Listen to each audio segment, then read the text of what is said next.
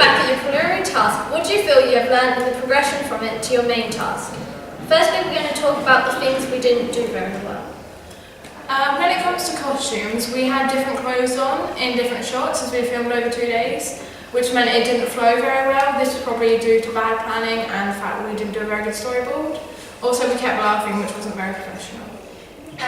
With camera work, it wasn't very good. I was doing most of it and it was quite wobbly at some points. We know there's a body somewhere, however we just can't work out who it is.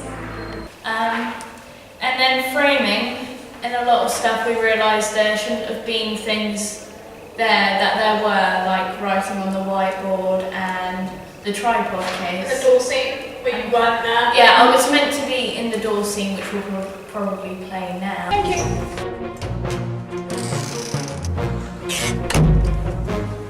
Who did you kill? And yeah, I was meant to be there, but I wasn't there, and then all of a sudden I appeared. So. We also used sound pretty poorly. Some of the sound effects we used covered up the speech so you could hear what we were saying. Some of the music was quite silly. Boy or girl? Girl.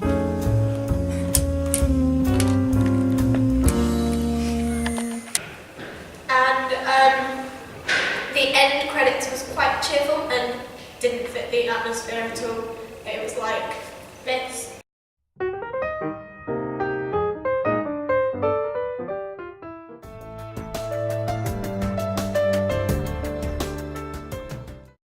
And also, when we were playing Guess Who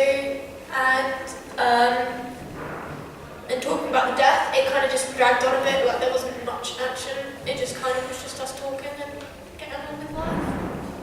We accidentally broke the 180-degree rule numerous times, like at the beginning when Jess and Katie's characters were speaking. We also had a storyboard, but we didn't stick to it, and we didn't have a script. And we also used iMovie to edit it, which is not very good and is very limited in what it can do. Now we're going to talk about the things we improved on. Our use of costumes improved a lot in our actual film. For example, we used black for the antagonist to show that it was a bad character. And we use a classic schoolgirl look which suggests innocence, so the audience will feel more sorry for her when bad things happen, like when she got tortured. And the good planning means we always had the correct costumes, so we would base that off our shot list and our storyboard to know what we were going to use. And then we did a lot of shots and we focused more, which stopped us laughing. To solve the problem of a wobbly camera, we used a tripod for this in a lot of our shots. And if we weren't using a tripod, we used it to our advantage, the wobbliness, to make it look like it was from the point of view of someone. Like in the ECU and Justice League. Yeah.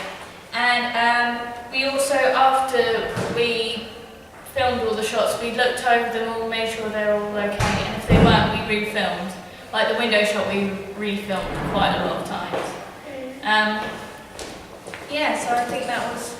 Oh, we made sure the framing was good, and in one case, I had realised afterwards that was the tripod case was in shot, so... So we refilmed stuff. Yeah, okay.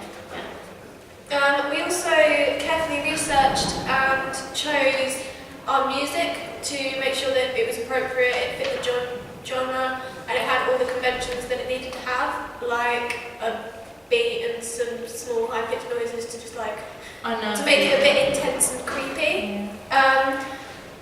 To ensure that it wasn't dragging on and stuff, we kept the action changing and used things like plot twists and shortcuts. Like in the chase scene, there's a lot of shortcuts.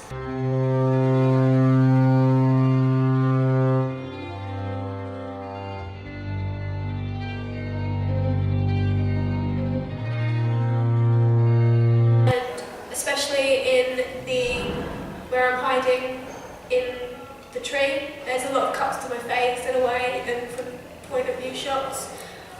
This was just to keep the audience more interested. And yeah. We made sure that we didn't break the 180-degree rule this time. We also had a very detailed script and storyboard, which especially helped when we were reshooting things. We also used Final Cut Pro.